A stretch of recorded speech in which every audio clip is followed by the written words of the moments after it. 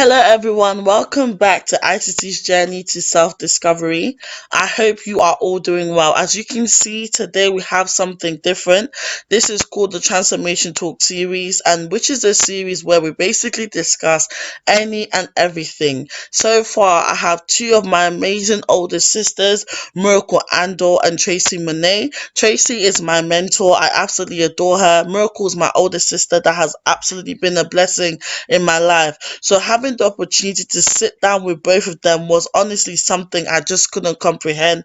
I learned so much personally from both of these women, and I hope that you too learn something from them. If you like this series, please make sure you like, comment, and subscribe, and let me know so that I can release more similar content. Enjoy.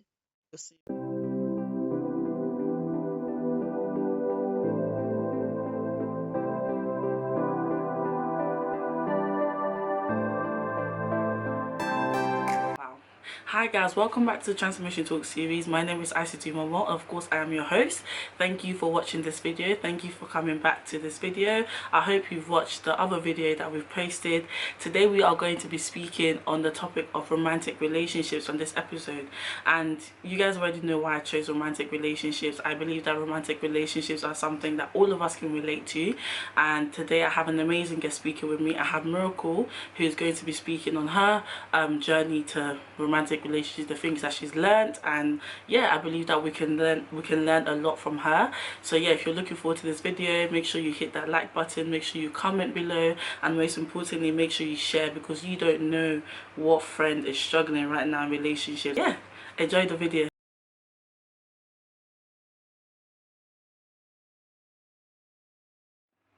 Hi guys, welcome back to the Transformation Talk series. Today we are going to be talking on something completely different. As you know, it's a new episode, and today we are going to be speaking on the topic of romantic relationships. Now, the reason why I chose romantic relationships because I know that a lot of us are struggling, but it's okay. Today we're here to say You said that with such a straight face. And I have a wonderful guest speaker on my channel. We've already seen her in the other video, and this is Miracle. Miracle, please introduce yourself again to us for those people that didn't watch the last video, which you should watch already. Hi guys, I'm Miracle Ando. I am a wife. A wife, to Benjamin. yes, A mother, and a woman of God.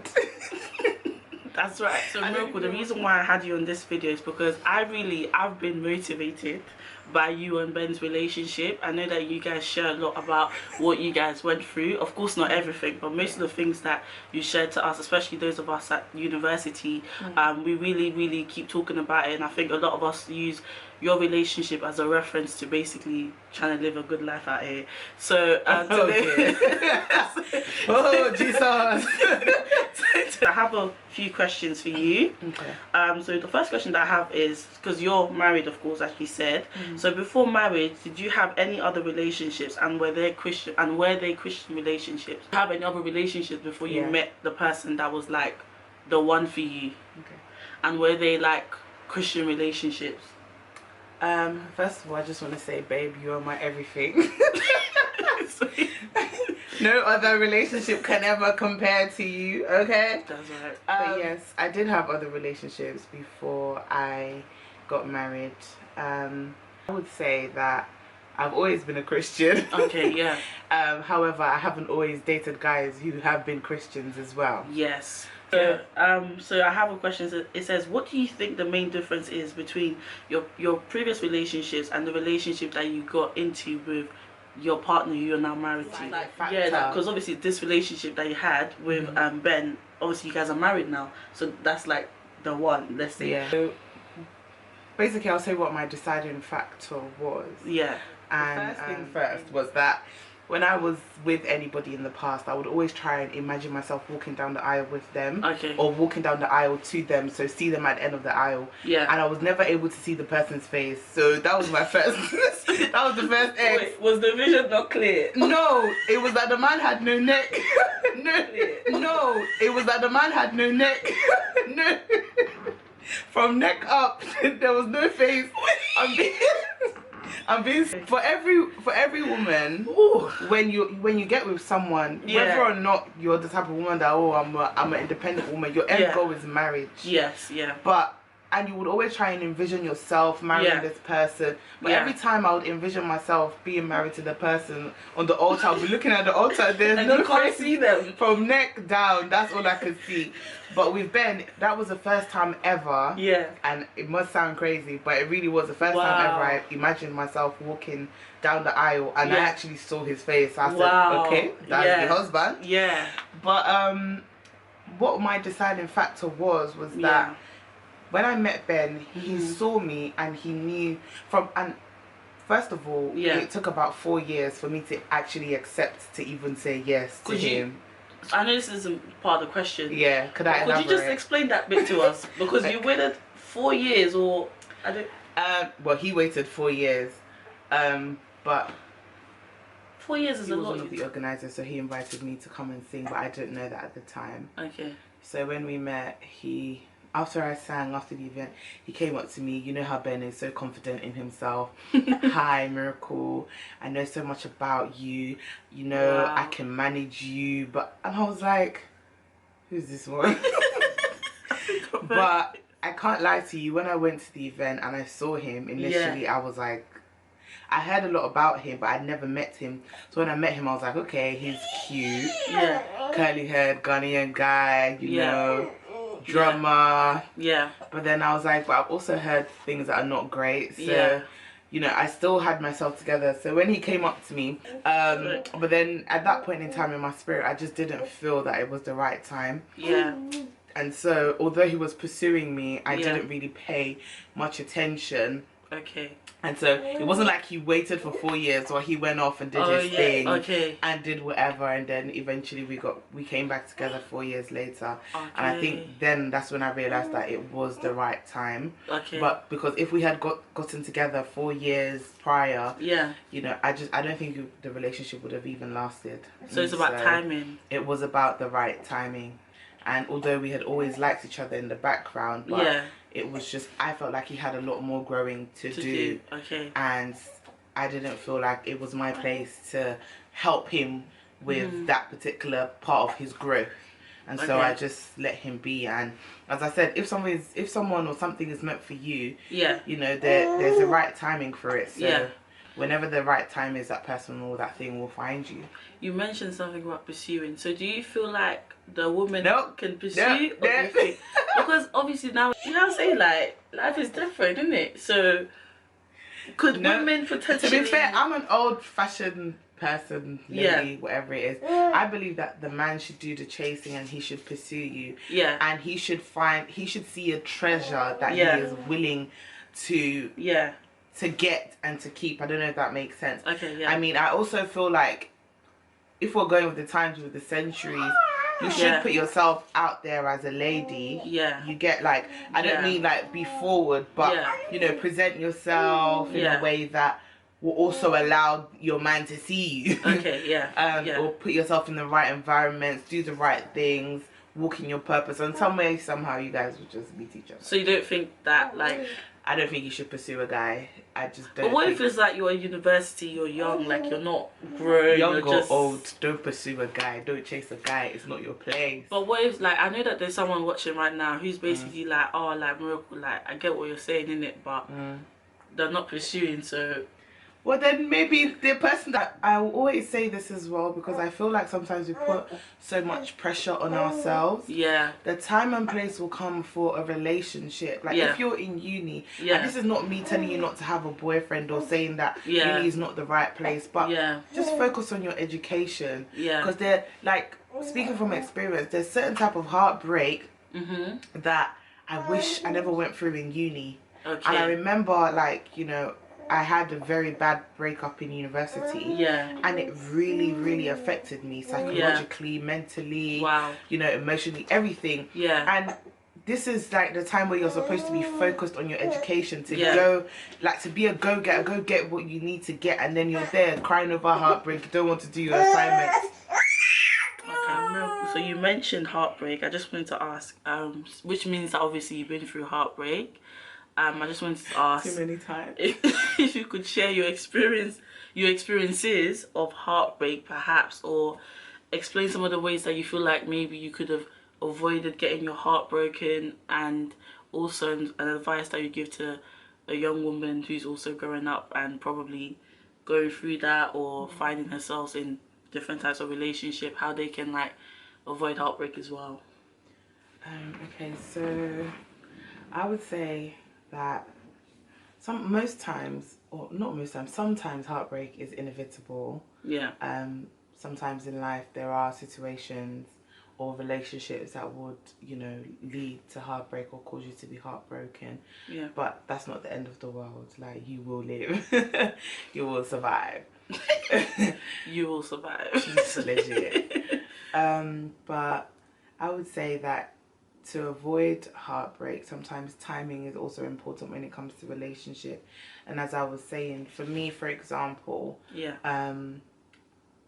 I think when I was about 18, there was a Filipino guy. He was a prophet, and he met my dad and said to my dad, never met me, never knew me, but he told my dad, you know, tell your daughter not to worry about relationships. By the time, just before she's 25, she will get married. Wow. And she will get married to the right person. Wow. But for me, I was like, what does that mean to me at 18? Listen, come on, like, bro. how am I going to find the right person if I don't date or XYZ? But because me, I knew that my husband was coming at 25, but I was doing everything I can to try and find him myself. But again, timing is important, because you want to make sure that you're in the right frame of mind, you're in the right season for a relationship. Yeah. And you're not pursuing because you feel left out, like everyone else is in a relationship, so I have to be in one. Yeah. You know, some people are like, I need something to show for where I am in life. Yes. I've got a degree, or I've got this, or I've got that, but I have nothing to show for my love life. And that's rubbish, because like, you don't, if you always wanted to have to show something, you will always make the wrong decisions. But you have to wait for the right time. Yeah. When the right person comes, everything just makes sense. But when you, I feel like people just pursue relationships so much that they don't even want to recognize that they could be red flags. There could be things that you know, that you're not compatible with. And I'm not saying that you have to be 100% compatible, but there's some things that might creep up in the future that you did not see. Do you know what I'm saying? You were in too much of a rush. You didn't see it coming. So you didn't see it, or maybe you saw it but you've ignored it.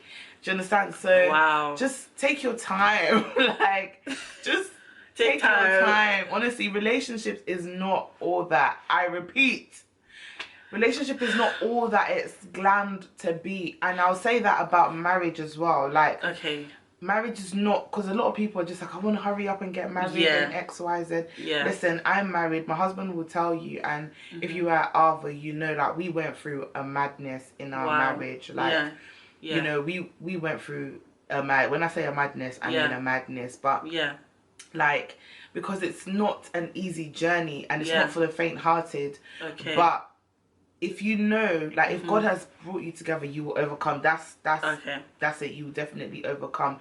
But it's not all that it's made up to be. A lot of people look at social media and they think, oh my God, look at them living such a perfect life. But people don't show you the innermost. Like, for me, I don't have a problem with like, if you follow me, then you know that I basically share with you my reality. Like, I'm not gonna glam up anything for you. I'll be honest with you. You know, and it's not been an easy journey. It's been a beautiful journey, but it's not been easy. There's been times where I've wanted to quit. In fact, there've been times where I've quit. And then I'm like, okay, I can't quit. Times where my husband has checked out and he's like, actually no, I can't check out. You know, like, we're doing this thing for life. So you can't look at other people's like life and wish that it was yours, number one. But you can't look at other people's lives or marriage or relationship and think that it's perfect.